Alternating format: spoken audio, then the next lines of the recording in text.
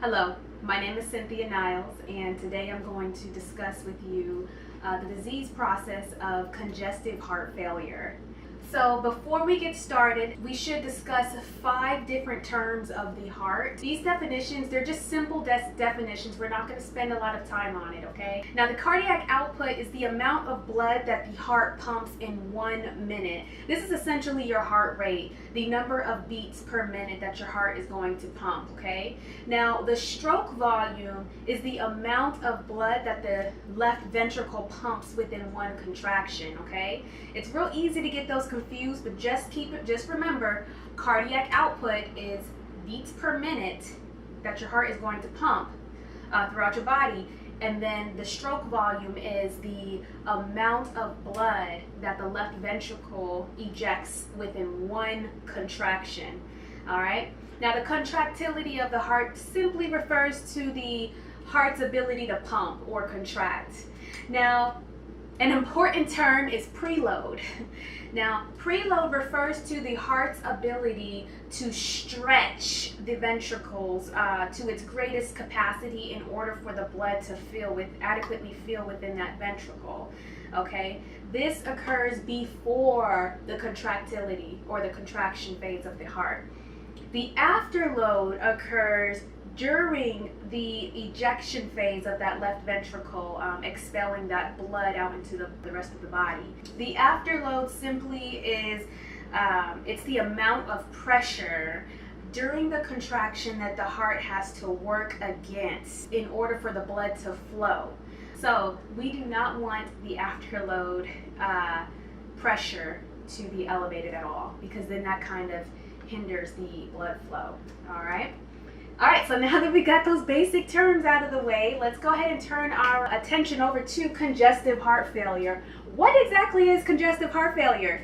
Congestive heart failure, or just heart failure in simple terms, does not refer to just the heart failing and it stops, everything stops. No. This actually just refers to the heart's inability to adequately pump blood throughout the rest of the body. Now, within your blood we have oxygen and nutrients, and of course other essential, like proteins, other essential components to feed these tissues within your body. Starting with the etiology, or the underlying causes of congestive heart failure.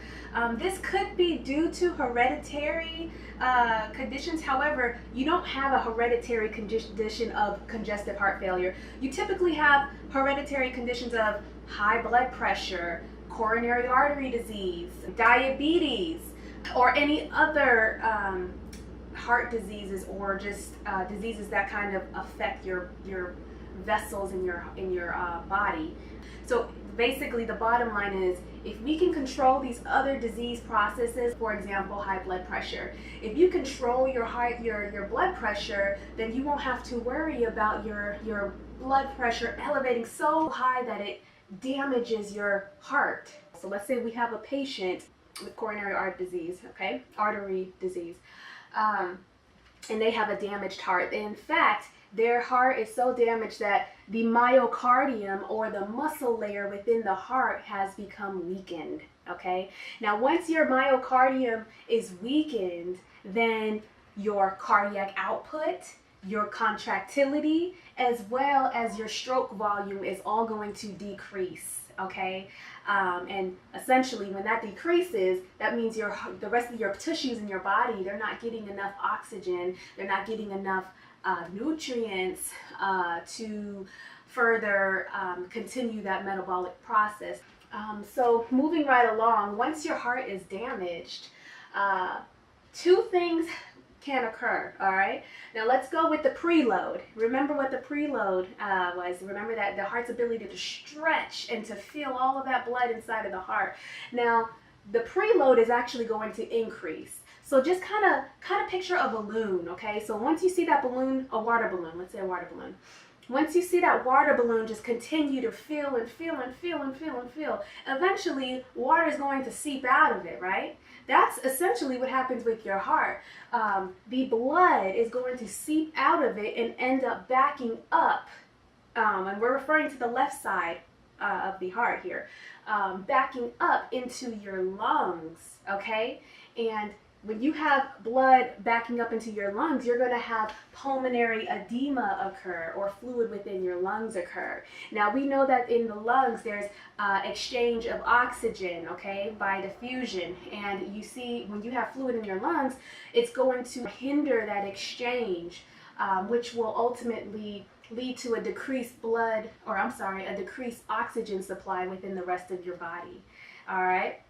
Now, on the other hand, we're also going to see a decrease in your blood pressure, okay?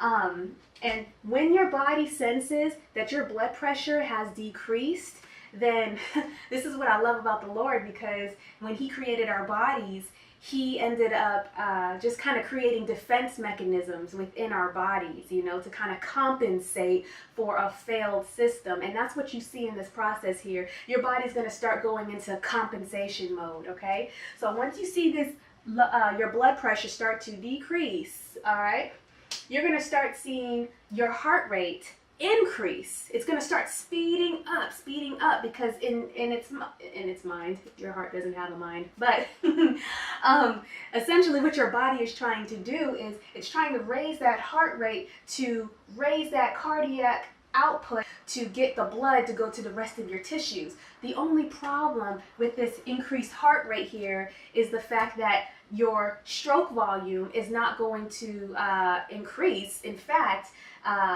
you're not going to have enough blood within that left ventricle to expel to the rest of the tissues, because it's beeping, it's pumping so fast, it's not giving your heart enough time to like capture all of the blood, you know, within the heart, okay? So that is a problem with the high heart rate as well, okay? Also, your kidneys are going to sense a low perfusion or blood supply to this organ, okay? And once your kidneys sense this, it sends signals all the way up to your brain inside of your pituitary gland to release Adh hormone, which is antidiuretic hormone, all right? This hormone essentially retains all of the water, all of the fluid within your body.